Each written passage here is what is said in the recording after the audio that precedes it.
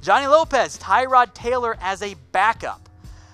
I think he wants to start. It depends on the price tag. I don't want to pay my backup $10 million, which I know is the issue and why you have Cooper Rush right now, so I'm kind of talking out of both sides of my mouth here. But if he's cheap, sign him up. I think he'd be a good backup for Dak Prescott. Jeremy, is Cole Beasley leaving? As of right now, I would say it's more likely than not, but most of it is I'm just really not sure. I think there's a good chance he leaves. He wants to get paid for good reason. This is going to be his last contract at his age, at least his last big contract. I think another NFL team might pay him more. If so, the Cowboys need a new slot receiver. V. Killets for the win. Will Zeke get over 200 yards this Saturday? Scrimmage yards, I'll still guess no, but there's a chance. Like he almost did it last week, right? So I'm not going to rule it out, but I think there's a probably more likely than not that Zeke doesn't quite get to 200 yards. Sean, would you pay Foles over Dak? No, I'm not doing that. And I say that knowing full well that Nick Foles could make another, championship run, which I don't think is going to happen this time. But Nick Foles is older, and beyond his voodoo magic of Nick Foles being really good in the playoffs for whatever reason when the season's on the line, it's kind of the true as Dak Prescott too. I would much rather have Dak Prescott over Nick Foles, but that's just me. Eagles fans can whine all they want about going the other way there. Charger Mom, what options will there be to replace Linehan? Plenty of guys. It does depend on when the Cowboys get bounced if they fire Linehan. If they make it to the Super Bowl, they probably keep Linehan at that point, which would upset me if they don't win. But I want Todd Monken. I kind of figure he'll be gone. So if Linehan gets fired, don't worry. We'll have a whole new batch of videos for you guys. If the Cowboys make the Super Bowl, who would you want to play? Chiefs, Patriots, Chargers, Colts. I think you'd have the best chance of beating the Chargers right now. So give me them. Obviously, whatever team is in there is going to be really, really good. But I think I'd rather play LA. Saints destroyed the Eagles last time. Do you think the Eagles will be able to beat the Saints with Foles? I got my money on the Saints. I already bet on them on BetDSI to win that game. But, as I mentioned, I'm not going to totally veto the voodoo magic of Nick Foles, especially not in New Orleans. Raymond Nelson, is there a way we keep David Irving if he's cheap? I'm not going to rule out anything here. There's no reason to do that, but there would be few things that surprise me more than the Cowboys bringing back David Irving right now, because he has not shown up, and I'm not convinced that all the players are that happy that he hasn't been in the locker room either. So I'll give it the obligatory 1% chance, but I don't see him coming back next year. All right, Randy Gregory gets a sack. Over or under the 1 sack? He's got Andrew Whitworth coming off the right side. I'll go with under. I don't think he gets a full sack. All right, Chema says Connor Williams or Xavier Su'a-Filo. For Connor, I think yes. I think that for both of these, the answer is Connor. Both who I want to start and who I think will start. Su'a-Filo's been banged up right now, and Williams has worked with the one so far. And call me crazy, but I think Connor Williams is the better player. Look at the stats right there, guys.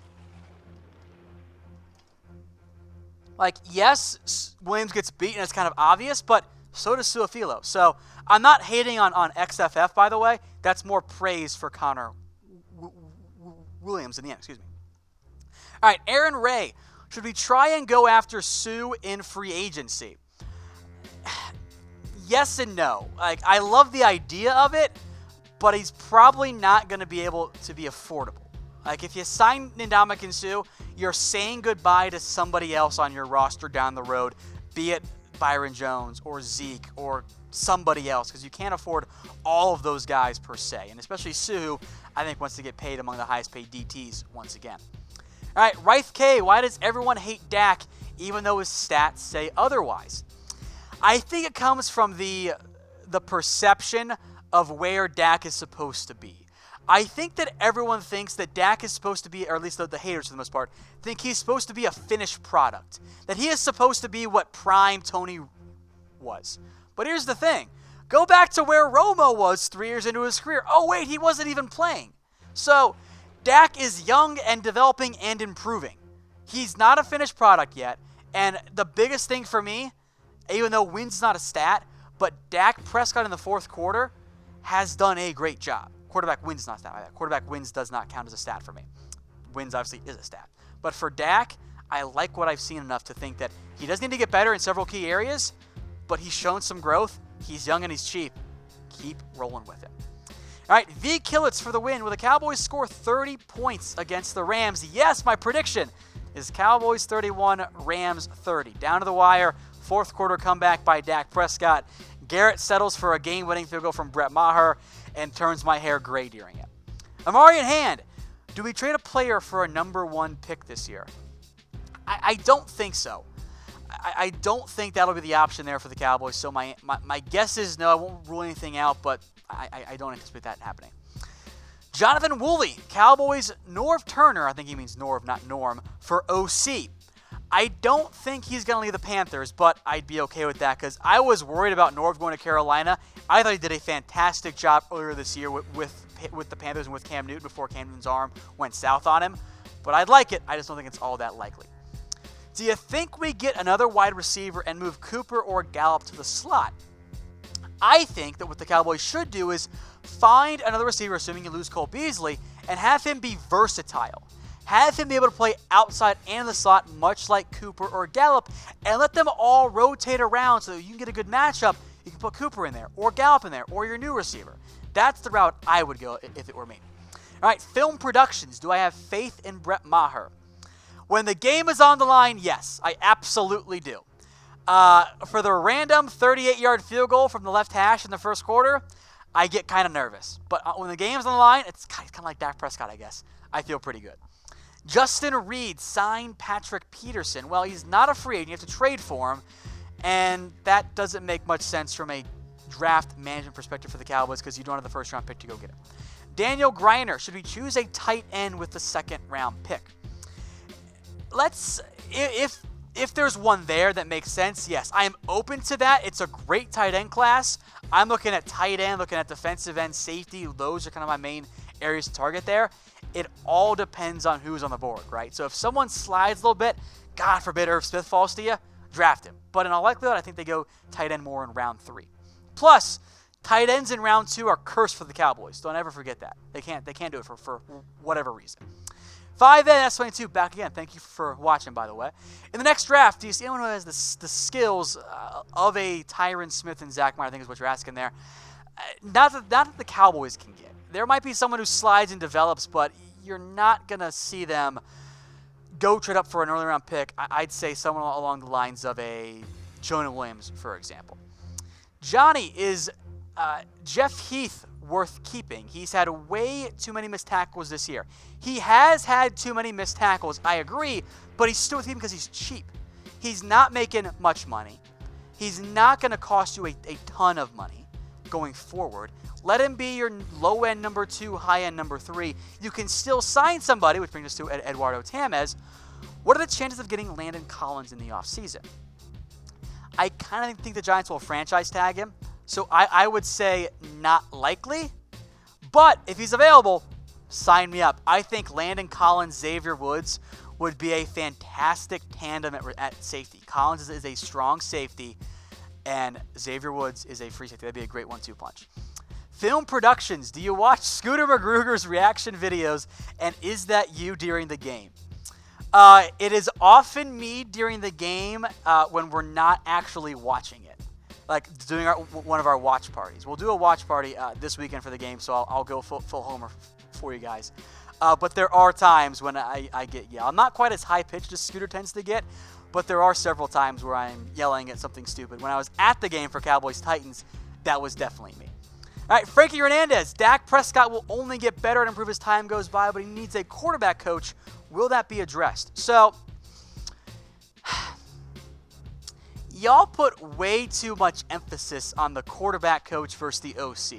There's a reason that Linehan wants to be the main voice in the room. So, go get an OC who will make Dak Prescott better, more so than quarterbacks coach. Like, if the Cowboys had Norv Turner as their OC and Kellen Moore as their quarterbacks coach, we would not be freaking out about Kellen Moore right now. Which, by the way, the Chiefs did the exact same thing, right? They've got Andy Reid, a great offensive mind who calls the plays, and then Mike Kafka, who's the right-handed Kellen Moore, in the exact same role.